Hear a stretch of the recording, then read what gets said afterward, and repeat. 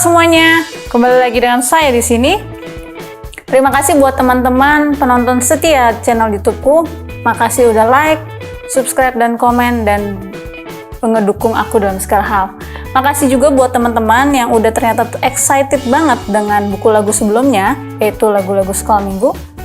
Ternyata banyak juga teman-teman yang ingin belajar lagu-lagu sekolah minggu, dan walaupun secara sederhana. Nah, kali ini kembali lagi nih lagu-lagu yang baru, yaitu lagu anak Indonesia.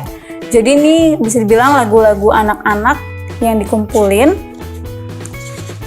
untuk belajar not dan juga bisa belajar chord secara sederhana.